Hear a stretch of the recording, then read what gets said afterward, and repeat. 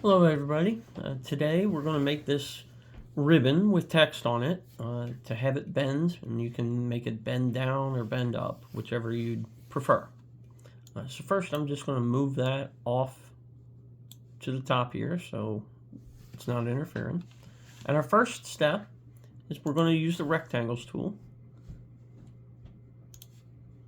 and we're going to make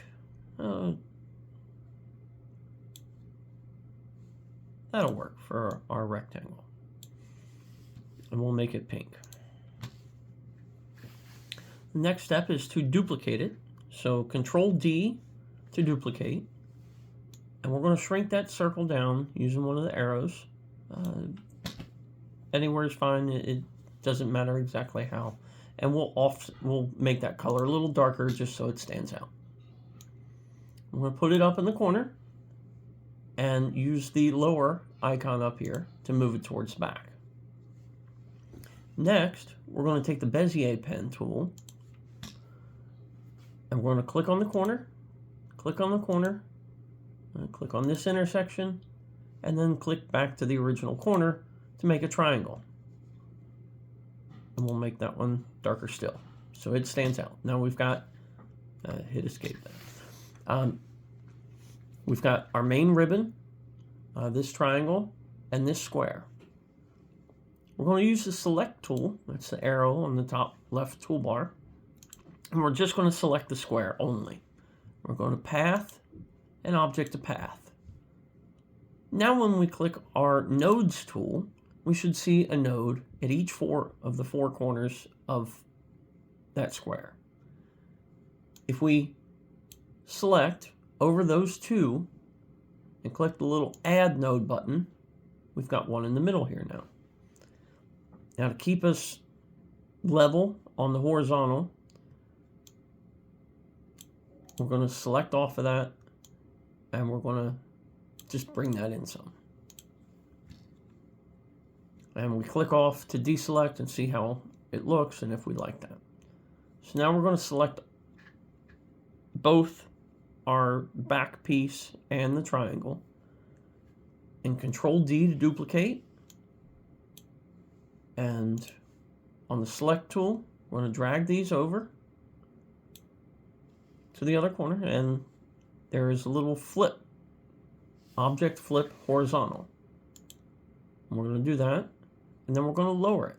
And this one will take it all the way to the back. So now we have essentially our ribbon, but it's not bent yet. But we're going to do that after. Now we come to our text tool.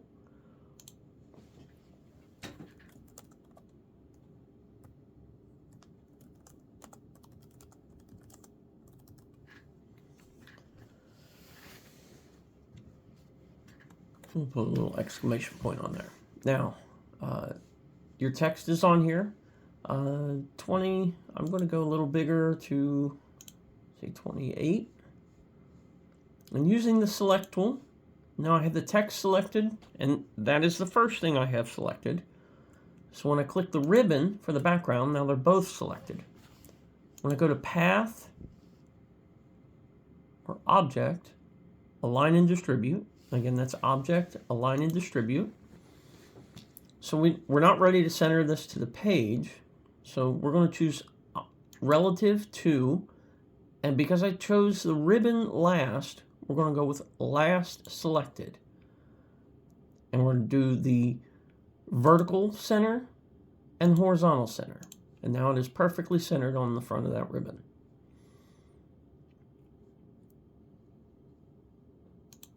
Now the text, if we go to try and bend this now, the text will stay in place.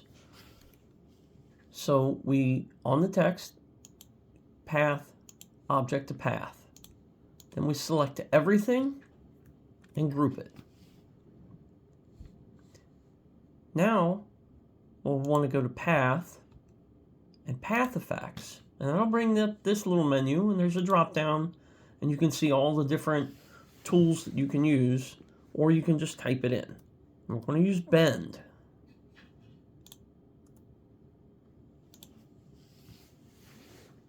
Now, I guess I didn't select the bend. You want to click this little icon here first to edit on canvas.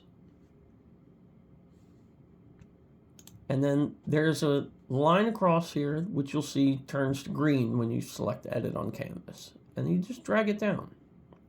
And if you see how jumpy that is, it's because I still have snapping on. So it's going to snap to like every little point on these corners.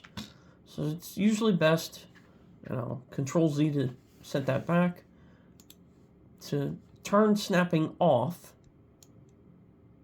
and bring it down. And it's a lot more smooth that way. And you can also add in, more curves if you want it to kind of flow.